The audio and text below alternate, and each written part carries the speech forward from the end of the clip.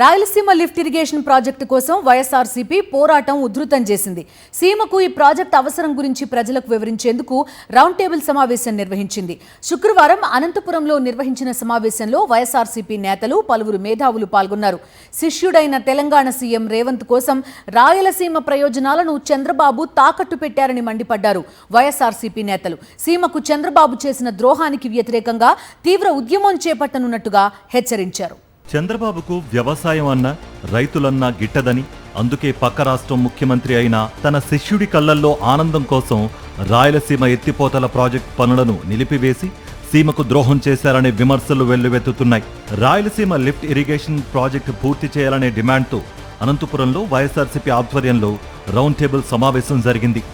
రాయలసీమ అంటే చంద్రబాబుకు ఎప్పుడూ చులకన భావనేనని, అందుకే తెలంగాణ సీఎం రేవంత్ రెడ్డి అడిగారని, వైఎస్ జగన్ 80% పూర్తి చేసిన రాయలసీమ ఇరిగేషన్ ప్రాజెక్ట్ పనులను ఆపివేశారని ఆగ్రహం వ్యక్తం చేశారు.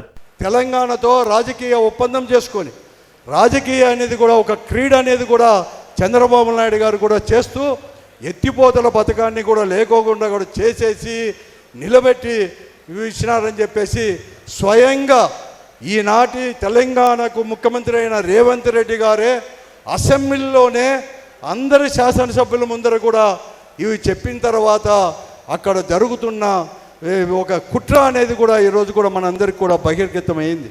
తన కోరిక మేరకే Chandrababu Rayalaseema lift irrigation project పనులు నిలిపివేశారని తెలంగాణ సీఎం రేవంత్ అసెంబ్లీలో ప్రకటించిన ఏపీ సీఎం ఇంతవరకు నోరు మెదపలేదని, చంద్రబాబు మౌనంతోనే ఆయన సీమకు ద్రోహం చేస్తున్నారనే విషయం స్పష్టమైందని వైఎస్ఆర్సీపీ నాయకులు మండిపడ్డారు. తాము ఎవరమూ తెలంగాణకు వ్యతిరేకం కాదని, కానీ రాయలసీమకు సాగునీరు, తాగునీరు రావాలంటే ఎత్తిపోతల ప్రాజెక్ట్ పూర్తి చేయాల్సిన అవసరం ఉందని మాజీ మంత్రి శైలజనాథ్ చెప్పారు.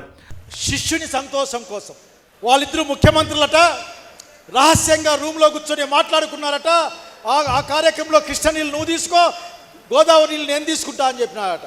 కాబట్టి నేను చెప్పినాను కాబట్టి చంద్రబాబు నాయుడు గారు రాయలసీమ ఎత్తిపోతల పథకాన్ని ఆపేశాడు, చూసుకోపోండి, ఎవరికి అనుమానం ఉంటే గుంపు కట్టుకొని పోండి అని చెప్తే నిజంగా మీకు ఏమాత్రం బాధ కాలేదు బాబు గారు, మాకైతే అవమానంగా తోస్తా ఉంది. చంద్రబాబు ముఖ్యమంత్రిగా ఉన్నాడంటే పక్క రాష్ట్రాలకు పండగేనని మాజీ మంత్రి కాకాణి గోవర్ధన్ రెడ్డి చెప్పారు. ఏపీలో ఇరిగేషన్ ఎలా పోయినా, వ్యవసాయం ఎంత ధ్వంసమైపోయినా చంద్రబాబు పట్టించుకోడనే నమ్మకంతోనే కర్ణాటక ప్రభుత్వం ఆల్మట్టి ప్రాజెక్ట్ ఎత్తు పెంచేస్తోందని కామెంట్స్ చేశారు. వాస్తవానికి చంద్రబాబుకు వ్యవసాయం అంటే అస్సలు గిట్టదని, ఆయన మొదటగా సీఎం అయినప్పటి నుంచి ఈ విషయాన్ని రుజువు చేస్తూనే ఉన్నాడని అన్నారు. రైతు అనేటువంటి వాడు సంఘటితంగా రాడు అనేటువంటిది చంద్రబాబు నాయుడు గమనిస్తాడు. అందుకని రైతులను మోసం చేయడం సులభం అనుకుంటాడు.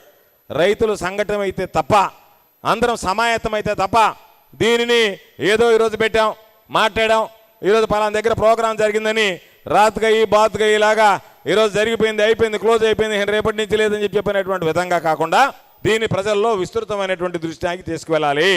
చంద్రబాబు నాయుడు దగ్గర చంద్రబాబు నాయుడు చేసినటువంటి ద్రోహాన్ని ఎండగట్టాలి.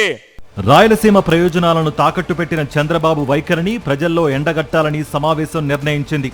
రాయలసీమ లిఫ్ట్ ఇరిగేషన్ ప్రాజెక్ట్ పూర్తి చేసే వరకు ఉద్యమించాలని కూడా వైఎస్ఆర్సీపీ నిర్ణయించింది. అదే సమయంలో చంద్రబాబు అనుసరిస్తున్న రైతు వ్యతిరేక విధానాలపై ఉధృత పోరాటం చేసేందుకు సమాయత్తమవుతున్నారు.